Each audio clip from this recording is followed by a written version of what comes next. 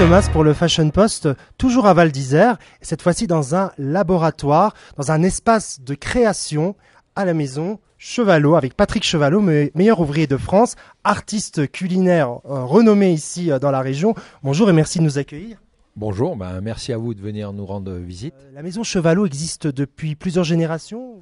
Non, la maison Chevalot date déjà de plus de 50 ans, puisque c'est mes parents qui sont arrivés à Val d'Isère et qui ont travaillé dans la boulangerie du village et qui l'ont ensuite racheté et développé. Et ensuite, moi, je les ai rejoints dans les années 80-81, où moi, j'ai plus amené la partie pâtisserie, puisque je me suis d'abord formé en pâtisserie, puis amené le côté plus pâtissier, chocolatier, traiteur à cette maison. Vous êtes meilleur ouvrier de France, mais évidemment, il y a eu un parcours derrière. Alors, quel est votre parcours ?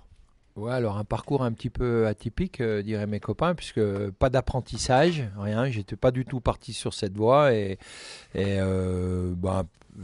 peut-être l'envie de revenir dans mon village déjà, puisque la vie à Paris, je travaillais à Paris à l'époque, me plaisait pas du tout.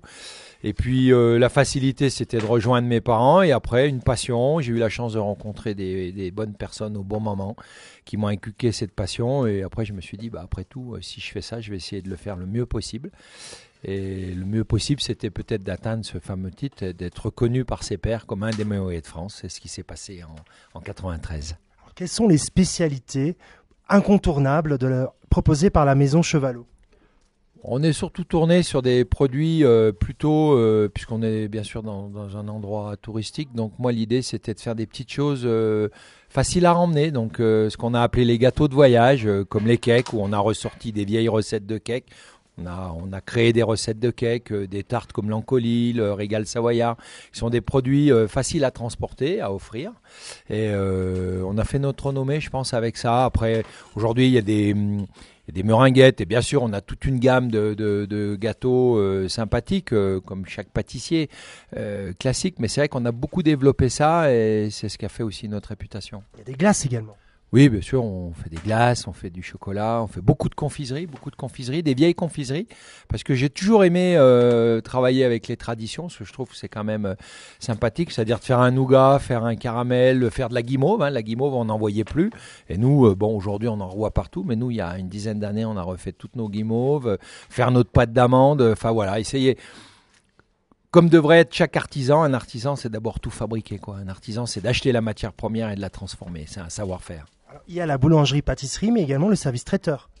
Oui, alors on a un petit service traiteur, on n'est pas des vrais traiteurs, je dirais. On est plus sur de la tarte salée et puis bien sûr sur des demandes, puisque Val d'Isère organise aussi des petites choses. On est capable de faire du petit cocktail dînatoire, d'organiser des petites choses sympas, mais toujours dans notre esprit, sans prétention, simple et bonne. Ici, on est dans le laboratoire. Combien de gens travaillent autour de vous ? Parce que c'est vraiment un travail d'équipe.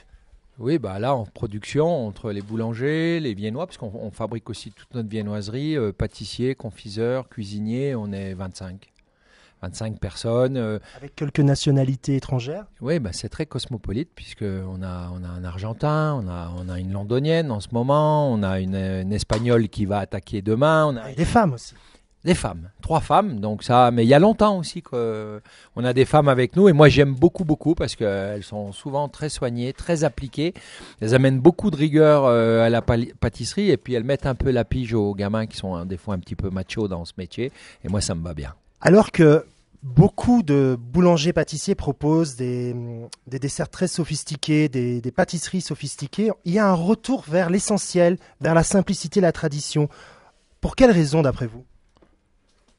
Je pense qu'on a été très loin et je pense qu'il y aura encore des gens qui iront très loin. Donc ça, c'est aussi intéressant. Il y a certainement une clientèle pour ça, mais je crois quand même que les gens sont attachés, et surtout la France. La France a un patrimoine de gastronomie on n'apprend pas la gastronomie en France. Je crois qu'on est né comme ça, on a ces gènes de bien manger, nos familles, nos parents, nos grands-parents faisaient bien à manger et je crois que ça, les gens y tiennent et puis c'est une vraie valeur de savoir-faire. À un moment où les gens peuvent être trompés puisqu'il y a des choses qui sont faites, qui sont fabriquées au niveau industriel et après finies, transformées chez des artisans ou dans des restaurants. Je crois que les gens aujourd'hui ont envie de retourner à des vraies valeurs, et les vraies valeurs, c'est le savoir-faire, où là, de toute façon, ça sera obligé que ça soit le savoir-faire et l'intervention de l'artisan. Donc je crois que c'est pour ça que les gens tiennent à ça et reviennent là-dessus, parce que fin de compte, moi quand je vais dans une pâtisserie ou quand je vais chez un cuisinier, j'ai envie de manger un plat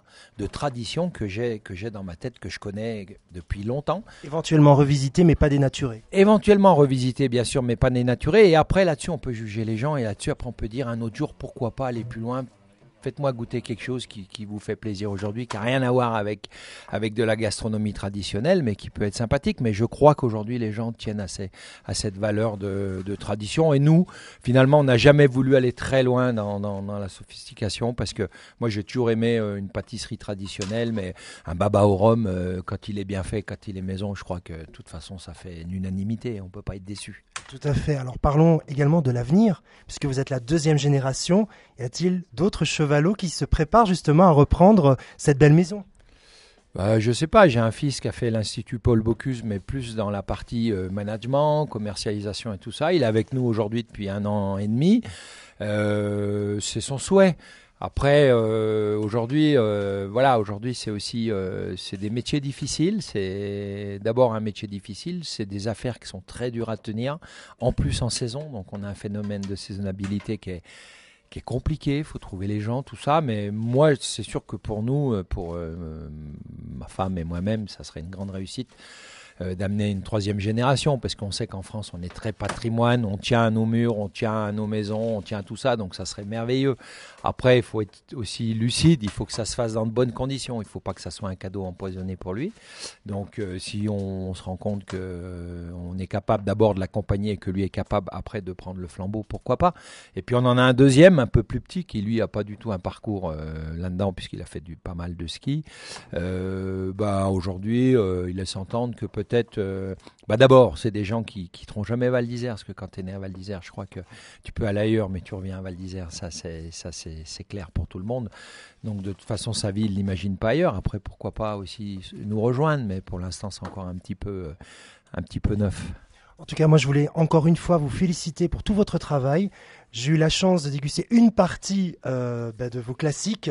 C'est juste orgasmique, c'est magnifique, c'est simple et c'est authentique. Et c'est surtout généreux. Un grand bravo et un grand merci de nous avoir accueillis, Patrick Chevalot. Écoutez, merci à vous, c'est un honneur pour nous. La meilleure des récompenses, c'est quand les gens ont sourire une fois qu'ils ont mangé quelque chose chez nous et qu'ils nous disent merci parce que c'était trop bon. Voilà, c'est la plus belle des récompenses pour moi et bien sûr l'ensemble de mon équipe.